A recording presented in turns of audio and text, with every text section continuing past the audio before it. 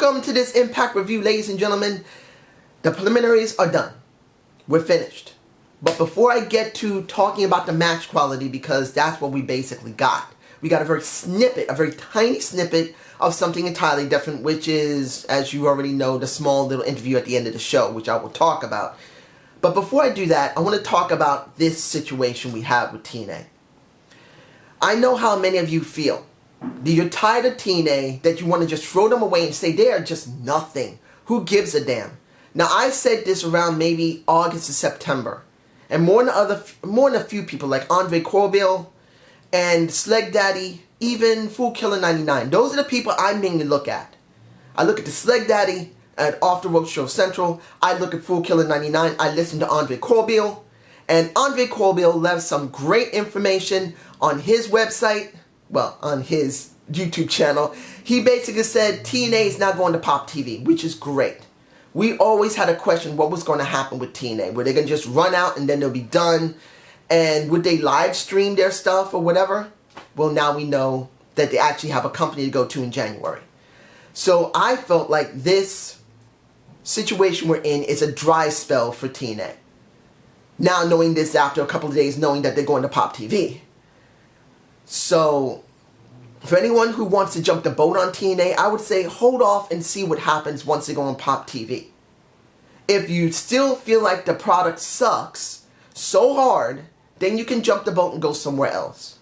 For me personally, I'd rather stick with TNA because I'm going to say this honestly, even though TNA and WWE have now done exactly the same thing, and there are different reasons for it, TNA doing what they did because essentially a lot of people felt like it was just lazy writing, and I agree to a certain extent. It was lazy writing. Also, it could be because they didn't know exactly what was going to happen with Pop TV and their arrangement with them. So it's a good possibility they were kind of holding off. Now knowing that they are going to Pop TV and leaving Destination America. But I think this, seeing TNA compared to WWE, the reason they did a tournament in the first place, which was roughly barely even 3 weeks, was because Seth Rollins got hurt. And they saw TNA doing it, it's obvious, so they bit off of it. But the difference between TNA and WWE is that WWE is on the premise that they must condense everything down to a small, short program. And that's the problem that WWE generally has. They have live television, they can afford it. They have maybe about 70 to 80 wrestlers under their promotion, not counting the wrestlers who help train the other wrestlers, which are usually the trainers. They're either retired wrestlers or semi-retired, or they just took some time off. So, essentially speaking, they have nearly 70 to 80 wrestlers. That's what I understand. On their roster, generally that they show is roughly 60, but I believe they have an extra 20 that is not.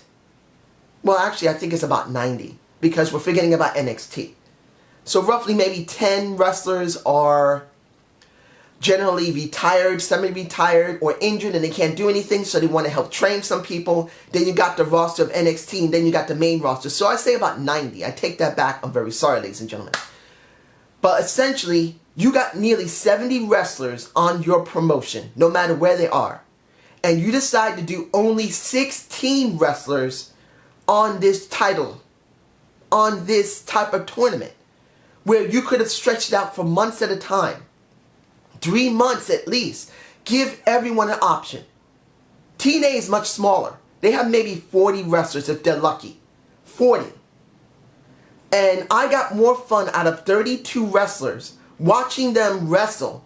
And I'm talking about the low tier wrestlers, the mid-card wrestlers, which are not that many.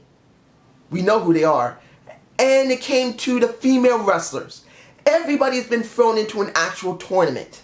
And given, even though it's been almost very spotty time, and almost no time whatsoever in certain situations of talking, at least they're shown.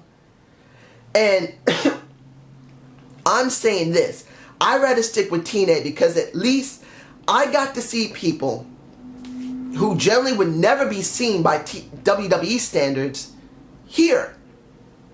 And even though it has been mostly boring, let's be honest, Wrestling matches is not enough to keep a person going. If you care more about wrestling, you can go to ROH. ROH is more wrestling orientated and very low on their character development, very low on their story arcs. Here you got story arcs to a certain extent when they were doing it. Here you got character development. The ones that have been allowed to go to the next 16 have had the most character development. And I'm alright with that. Compared to WWE, I enjoy this more. So let's get to what we got in matches. Manic versus Ion versus Tigre Uno.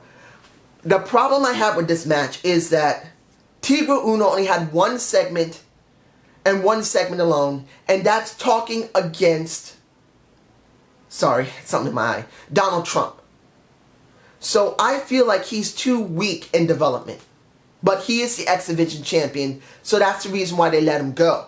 Particularly now knowing next week is going to be possibly, or what is it? I think he's in Block C. So Block C is going to be Tigre Uno versus Gail Kim. That's going to be interesting. A knockout versus an X Division guy. Both of them have the titles, so it's understandable why he did that. But to be honest, I'd rather have seen Ion and Manic go forward because Manic has had way more development. He's had way more time to be seen. I'm being honest here. If you've seen my, well, you'll see it next week, my booking of TNA going to 2016, you will see me talking about Manic. But it's understandable why they did that, and it is what it is. So, Ion and Tigre Uno went forward. I want to say this, that when it came to the Spud and Drew Galloway match, it was the second best match of the night. It was. For me personally, it was the second best match because Spud is so well over beyond a Drew. And it's understandable that Drew had to destroy him. But seeing that he had that moment where he could turn heel and he didn't do it kind of made me a little upset. I mean, he's still going with the stand-up thing. And it's understandable he'll probably change after January. Maybe about March or April, he'll finally change to going heel. He's got to turn heel because even though he's very popular, he's getting stale. So it's understandable why he won. When it came to Bram and Guido, what was that with Guido? I want to say this. I am happy that Bram is not going to jail. The charges were dropped and he got his job back. And I'm truly happy about that. I am. But seeing Guido, why he was so popular, that confuses me. He's not 100% shit in the ring. He's maybe about 40 or 50%. He needs a lot of years and a lot of work. But this, to get it over with, I'm glad it happened. But Guido just seems like a joke right now. Now, if he stays on the roster, which he probably will going into next year, and will be seen to a certain extent, I'm hoping they do something with him because if they're not, I'm just tuning him out. That's just how I feel. Micah versus Jesse Goddard. And he finally said, I'm going to say this. He finally calls himself the modern day Adonis. I wish he would change his name from Jesse the Man Goddard. The modern day Adonis. Jesse Goddard. That's what I believe will make him sound better. When it comes to the match, I really didn't care that much about Micah. He's still very green. And worse on top of that, he's not only green, he's almost not shown at all. So that makes it worse. So hoping going into 2016 we will see more of Micah and maybe they'll give him some development. Kenny King versus Crazy Steve. I didn't really care.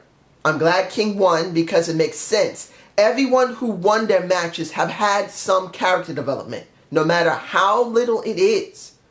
And Kenny King, the king of the night, the king who still acts like a little prince, did move on.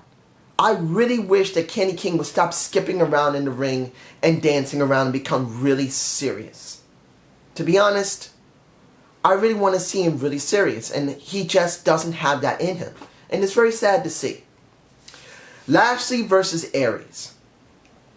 I did like the match. I did get worried about Aries when he did the suicide dive out of the ring and it looked like he might have hit his head on one of the guardrails that's protecting the fans and everything.